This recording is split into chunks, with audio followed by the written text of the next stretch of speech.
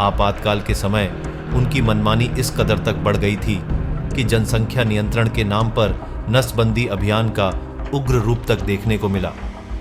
उस वक्त तो ऐसी भी खबरें सामने आई थीं कि पुलिस ने पूरे के पूरे गांव को ही घेर लिया और लोगों की जबरदस्ती नसबंदी कराई, क्योंकि उन सभी को एक टारगेट दिया गया था।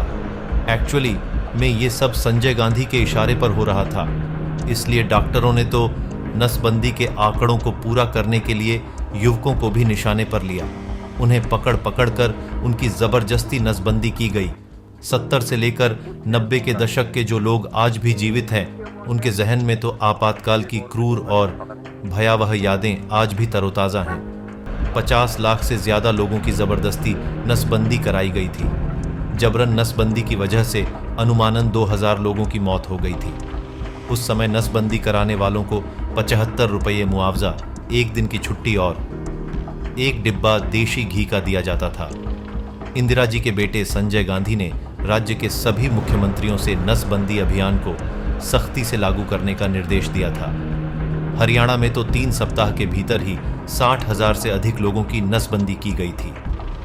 दिल्ली के संवेदनशील मुस्लिम इलाकों में 1 साल के भीतर 13,000 से भी ज्यादा नसबंदी की गई थी। फिलहाल 21 मार्च सन 1977 को देश का काला अध्याय यानी आपातकाल तो खत्म हो गया, लेकिन अब दोबारा देश में आपातकाल संभव नहीं। उस समय दोनों सदनों में कांग्रेस को पूर्ण बहुमत प्राप्त थी, क्योंकि लोकसभा में 352 और राज्यसभा में 523 सीटें। हालांकि या आने वाली सरकारों में ऐसी बहुमत की संभावना बहुत ही कम है। तब की क्षेत्रीय पार्टियां आज जितनी मजबूत नहीं थीं, आज के दौर में राज्य भी आर्थिक व राजनीतिक रूप से कहीं ज्यादा आजाद हैं। न्यायपालिका सरकार के अधीन नहीं है, जैसे सन 1975 में जब लोगों से जीने और आजादी का पूरा अधिकार भी छीन लिया गया था। राष्ट्रपति को अधिकार देने वाले अनुच्छेद 352 को पहले से अधिक सुरक्षित कर दिया गया है।